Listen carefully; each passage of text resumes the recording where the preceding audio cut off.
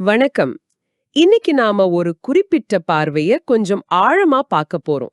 நீங்க கொடுத்த அந்த புத்தகம் டீபங்கிங் டாந்திரிசம் a Christian critique. ஆமா. இது தாந்திரீகத்தை ஒரு கிறிஸ்துவ கோணத்துல பாக்குது. சரி. இதோட முக்கிய கருத்துக்கள் என்ன, இது என்ன மாதிரி விமர்சனங்களை வைக்குதுன்னு புரிஞ்சுக்கிறது தான் நம்ம நோக்கம். வாங்க இத பத்தி பேசலாம். சரி, இந்த புத்தகம் தாந்திரீகத்தோட வரலாறு, அப்புறம் மேற்குலகத்துல இது எப்படி பார்க்கப்பட்டுச்சு, அதோட சிக்கலான தன்மை, முக்கியமா கிறிஸ்துவ பார்வையிலிருந்து வர விமர்சனங்கள்னு பல விஷயங்களை பாக்குது. முதல்ல தாந்திரீகம்னா என்னன்னு இந்த புத்தகம் எப்படி சொல்லுது? நீங்க சொன்ன மாதிரி அதோட கவர்ச்சியை ஏதேன் தோட்டத்து சோதனையோட ஒப்பிடுறாங்களாமே, அது கொஞ்சம் ஓவரா இல்லையா? ஆமா, அந்த ஒப்பீடு இந்த புத்தகத்தோட விமர்சன பார்வைய ஆரம்பத்திலே காட்டுது. இது சொல்ற மாதிரி தாந்திரீகம்ங்கிறது ஒரே விஷயம் கிடையாது. இது சுமார் 5-6ஆம் நூற்றாண்டுல இந்தியாவுல வந்த பல விதமான மரபுகளோட ஒரு தொகுப்பு. வேத மரபுகள்ல வேறு இருந்தாலும் இதை மாத்தி அமைச்சு உள்ளூர் நம்பிக்கைகள், இந்து, பௌத்தம், ஜைனம்னு பல விஷயங்களை உள்ள வாங்கியிருக்கு. ஓஹோ. இதுல ஒரு முக்கிய கருத்து இரண்டற்ற தன்மை. அதாவது தெய்வீகமும் உலகியலும் வேற இல்ல, எல்லாம் ஒண்ணுதான், அந்த தெய்வீகம் நமக்குள்ளே இருக்குன்னு சொல்றது. சரி சரி. இன்னொன்னு, ஆசைகளையும் உடம்பையும் கூட ஞானம் அடைறதுக்கான வழியா பாக்குறது.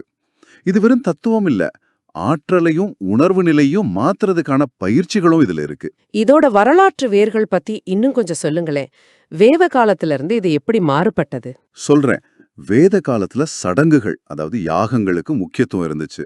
அப்புறம் உபநிடத காலத்துல கவனம் உள்நோக்கி போச்சு, தியானம், தத்துவம்னு. இந்த புத்தகம் சொல்ற மாதிரி தாந்திரிகம், இந்த வேத மரபுகள், அப்புறம் பல நாட்டுப்புற நம்பிக்கைகள், ஷேரடிசம், இதிலிருந்தெல்லாம் உருவாயிருக்கு. அப்படியா? ஆமா. மந்திரங்கள், அப்புறம் யந்திரம், மண்டலம்னு சொல்ற வடிவங்கள், யோக பயிற்சிகள், சக்தின்னு சொல்ற தெய்வீக பெண் ஆற்றல், அப்புறம் குருவோட முக்கியத்துவம், இதெல்லாம் தாந்திரிகத்தோட முக்கிய அம்சங்கள். ஓஹோ.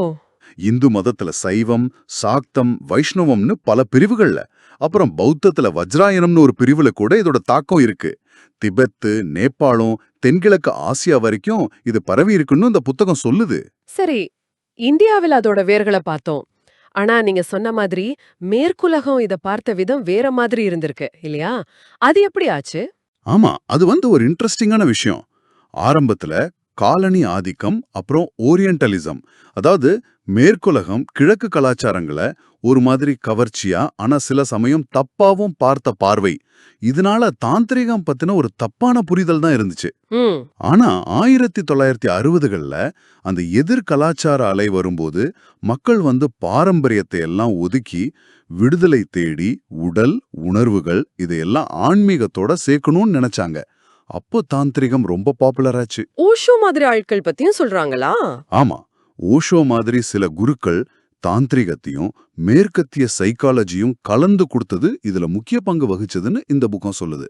சில சர்ச்சைகளும் இருந்துச்சு, அது வேற விஷயம். புதிய யுகம், அதாவது நியூ ஏஜ் பத்தியும் இதுல இருக்காமே.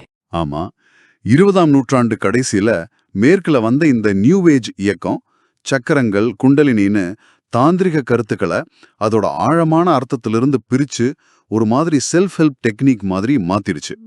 புரியுது. பாலியல் சார்ந்த ஆன்மீகத்தோட கவர்ச்சியும் அதிகமாச்சு.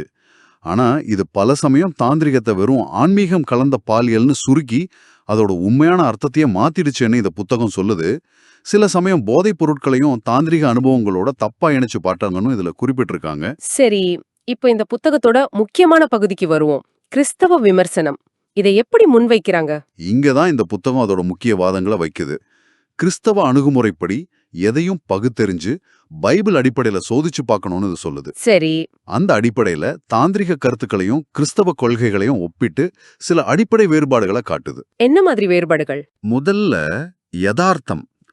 தாந்திரிகம் பெரும்பாலும் இரட்டைவாதம், அதாவது தெய்வீகம், உலகியல், ஆன்மா, பொருள்னு பிரிச்சு பார்க்கறத மாயை அல்லது துன்பத்துக்கு காரணம்னு சொல்லுது.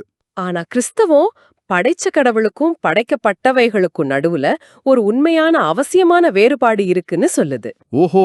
இந்த பிரிவுக்கான காரணம் தத்துவ மாயை இல்ல, பாவம், அதாவது கடவுளை விட்டு விலகி போறதுதான் அப்படின்னு கிறிஸ்துவம் சொல்லுது. அடுத்தது விடுதலை அல்லது ரட்சிப்பு.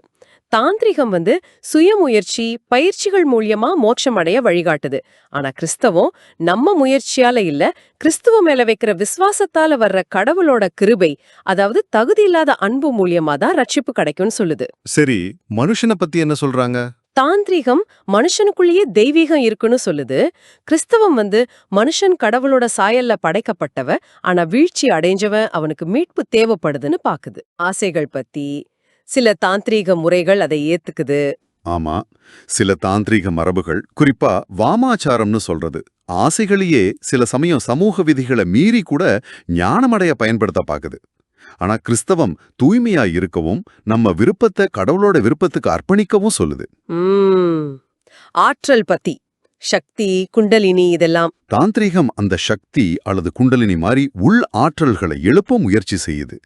கிறிஸ்தவம் உண்மையான ஆற்றலும் நிறைவும் கடவுளோட கிருபையாலியும் பரிசுத்த ஆவியாலியும் தான் வருதுன்னு நம்புது. சரி, சுருக்கமா சொல்லணும்னா, கடவுள், மனுஷன், பாவம், ரட்சிப்பு இத பத்தின தாந்திரீகத்தோட அடிப்படை எண்ணங்கள் தப்பானது, அது ஒரு காணல் நீர் மாதிரி அப்படின்னு இந்த புத்தகம் வாதிடுது. புரியுது.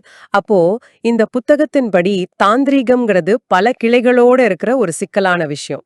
ஆனா மேற்குலகத்துல அது பெரும்பாலும் சுருக்கப்பட்டு சில சமயம் அதோட உண்மையான அர்த்தத்திலிருந்து மாறி பயன்படுத்தப்படுது. ஆமா, இந்த கிறிஸ்துவ விமர்சனம் யதார்த்தம், தெய்வீகம், விடுதலை மாதிரி விஷயங்கள்ல கிறிஸ்துவத்துக்கும் தாந்திரிகத்துக்கும் நடுவுல சரி செய்ய முடியாத அடிப்படை வேறுபாடுகள் இருக்குன்னு ரொம்ப அழுத்தமா சொல்லுது.